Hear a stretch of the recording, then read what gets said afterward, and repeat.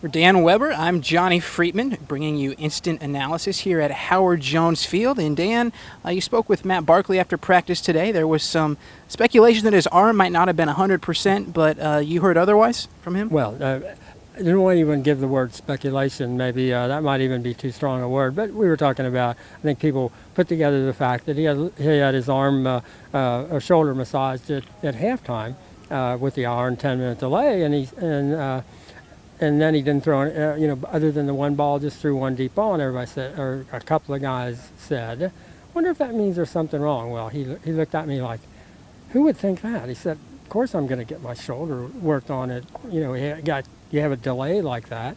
He said, all you're doing is just trying to stay loose. He said, had no idea, that anybody would have speculated that. So that's kind of the answer to that.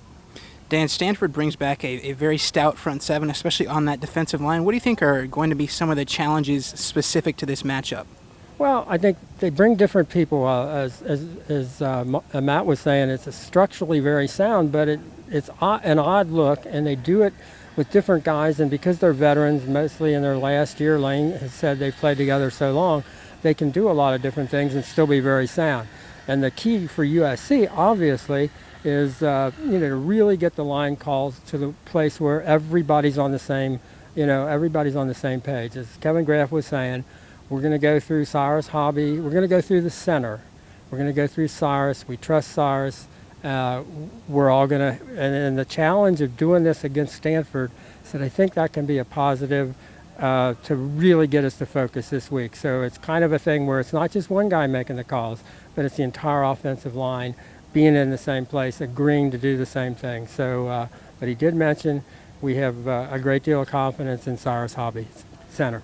And Dan, lastly, Lane Kiffin has raved about the play of Marquise Lee and Robert Woods, but you think that he's still using some motivational tactics to get them play even better? Can you explain? Well, that's the genius in some ways of Lane. I think last year he only called Robert by name until Marquise scored a couple of touchdowns. It was always, as Marquise just said, he would always call us 9 and Robert Woods. He said this year he's calling us 9 and 2. He said, I think he's doing it to both of us this year. He wants both of us to play better.